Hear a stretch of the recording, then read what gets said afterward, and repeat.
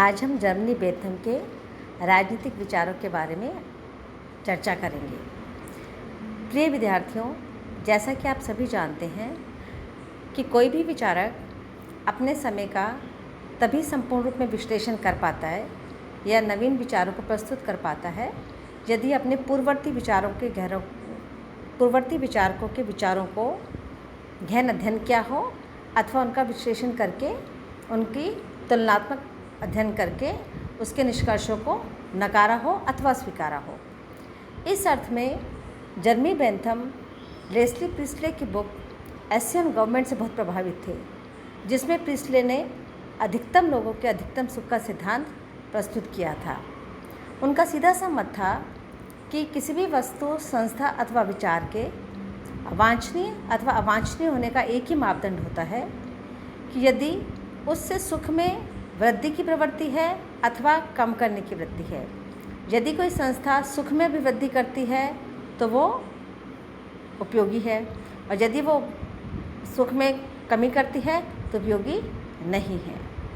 ऐसे ही C.L. Vapour ने अपनी रचना पॉलिटिकल थॉट में से स्पष्ट करते हुए कहा कि उपयोगिता अर्थात किस प्रकार हम अपने आचरण को विनियमित करें, अर्थात किसी भी वस्तु का उपयोग करने के लिए हमें स्वयं को भी निर्देशित करना आवश्यक है।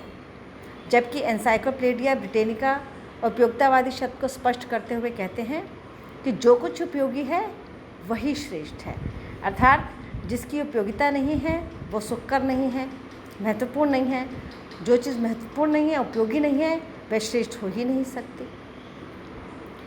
इस अर्थ में हम देखते हैं कि यूनानी चिंतन में भी सुखवाद के सिद्धांत का हमें कुछ अंश देखने को मिलते हैं, लेकिन यहाँ जो सुखवाद का सिद्धांत था वो एक आदर्शवादी सिद्धांत था जो परोपकारी, मतलब मेरा सुख तभी बढ़ता है जब मेरे कारण अन्य का सुख बढ़ता है, या मेरे त्याग या समर्पण से राज्य के सुख में अभिवृद्धि होती है, शासक के सुख में अभिवृद्धि होती है। तो ये परोपकारी सिद्धांत है जिसमें स्वयं का त्याग करके अन्य के सुख पहुंचाने की भावना को आदर्शवादी चिंतन के साथ में संबद्ध किया गया।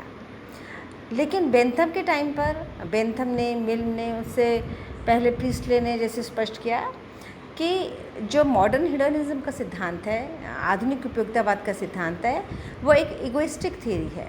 इगोइस्टिक का मतलब यदि मुझे सुख में अभिवृद्धि का आभास नहीं होता, यदि मेरे सुख में अभिवृद्धि नहीं होती है तो वो मेरे लिए दुख का ही कारण है। अर्थात कोई भी वस्तु, संस्था, व्यक्ति अथवा विचार मेरे सुख में अभिवृद्धि करना चाहिए, लोगों के सुख में, व्यक्ति के सुख में अभिवृद्धि करना चाहिए। या अदृश्य या पारलौकिक सत्ता, शक्ति या नैतिक सिद्धांतों का कोई भी आधार नहीं लिया गया है। इस सिद्धांत का मूल आधार यही है कि चूँकि समाज व्यक्तियों का योग मात्र है, व्यक्तियों का, तो क्या चीज़ महत्वपूर्ण हुई? व्यक्ति। तो उपयोगितावाद का मूल आधार क्या हो गया? व्यक्तिवाद। तो जो भी विचार या संस्था या प्रयोग सामाजिक कल्याण का कार्य करे तो वो व्यक्तियों के सुख का संग्रह करने वाला होना चाहिए।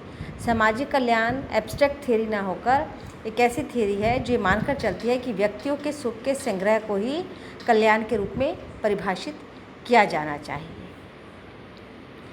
उपयोगितावाद के बेंथम के सिद्धांतों का विवेचन करते हैं तो सबसे पहले ये स्पष्ट होना आवश्यक है कि प्लेटो ने अपने से पूर्व जितने भी उपयोगितावाद से संबंधित नैतिकता पर आधारित परंपरावादी सिद्धांत थे उनको नकार दिया।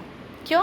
क्योंकि वो सारे सिद्धांत नैतिकता पर आधारित थे, मूल्यों पर आधारित थे, आदर्शवादी साधना पर आधारित थे, अर्थात अदृश्य, ईश्वरीय या पारलौकिक और उससे भी परे विवेक आधारित ऐसी मूल्य जो एक आदर्श समाज की रचना के लिए प्रेरित करते हों, उसे ही नैतिकता का आधार माना जाता था। तो बेंथम ने अपने से पहले के समस्त उपयोगितावादी विचारों या आधारों को नकार दिया, उन परंपराओं का खंडन किया। इसके स्थान पर बेंथम ने उपयोगितावाद के सुखवाद का सिद्धांत दिया। सुखवाद से आशय, सुख से अगर सुख मिलता है तो वो अच्छा है, और अगर सुख से सुख नहीं मिलता तो वो बुरा है। मतलब सुख में ये प्रवृत्ति होनी चाहिए कि वो सुख को बढ़ाए, अगर पाप से दुख मिलता है तो वो बुरा है। तो क्या चीज़ अच्छी है, क्या चीज़ बुरी है, इसका आधार नैतिक मूल्य नहीं होंगे। क्या चीज़ अच्छी है, क्या चीज़ बुरी है, इसका आधार परंपरा ही नहीं होंगी। इसका आधार यही होगा कि वो हमारे सुख में अभिवृद्धि करने वाली होनी चाहिए। बेंथम ने अपना फ्रेगमेंट ऑन गवर्नमेंट में स्पष्ट किया कि सुख, आनंद, अच्छाई, लाभ आदि सभी अंतः परिवर्तनकारी प्रवृत्तियाँ हैं। आनंद क्षणिक हो सकता है, अच्छाई किसी अन्य से संबंधित हो सकती है, लाभ स्थिति जन्य हो सकता है, लेकिन ये सारी की सारी अंतःकारी प्रवृत्तियाँ हैं। अर्थात ये किसी न किसी रूप में सुख को बढ़ाने वाली होनी चाहिए। एक और महत्वपूर्ण बात जो बेंथम ने अपने सिद्धांत में स्पष्ट की कि सुख मात्रात्मक है, इसका मापन संभव है। अर्थात जैसे हम किसी वस्तु को तोल सकते हैं, ऐसे ही मानते हैं कि सुख की जो प्रवृत्ति है, सुख की जो अभिवृत्ति है, इसमें भी हम सुख का मापन कर सकते हैं। क्यों? क्योंकि सुख के मापन से ही हम यह अनुभव कर सकते हैं कि वो सुख बढ़ोतरी की तरफ है, वृद्धि की तरफ है या कमी की तरफ है। अगर वो वृद्धि की तरफ है तो हम उसकी प्रवृत्ति या आवृत्ति को प्रेरित करते हैं, निर्देशित करते हैं, और अगर वो कम होता है तो हम उसको कम करने की या समाप्त करने की कोशिश करते हैं। बेंथम यह स्पष्ट रूप से मानते हैं कि व्यक्तियों का भी और सरकार का भी, दोनों के कार्यों का निर्देशन सिद्धांत यही होना चाहिए कि अधिकतम लोगों को अधिकतम सुख प्राप्त हो और कम दुख प्राप्त हो। या बेंथम ये मानकर चलते हैं कि किसी भी आधार पर सुखवाद के सिद्धांत में कार्यों के उद्देश्य की अपेक्षा परिणाम का महत्व है। मान लीजिए कोई कार्य किया, उसका उद्देश्य बहुत अच्छा है, लेकिन उस उद्देश्य को पूरा करने की प्रक्रिया में दुख की अगर प्राप्ति होती है तो वो कार्य नहीं किया जाना चाहिए, क्योंकि उससे मिलने वाला जो परिणाम है वो क्या है? दुख। तो कार्य का उद्देश्य कितना भी उच्च हो, लेकिन अगर उसका परिणाम दुखकर है तो वो कार्य सुखवाद का आधार नहीं हो सकता।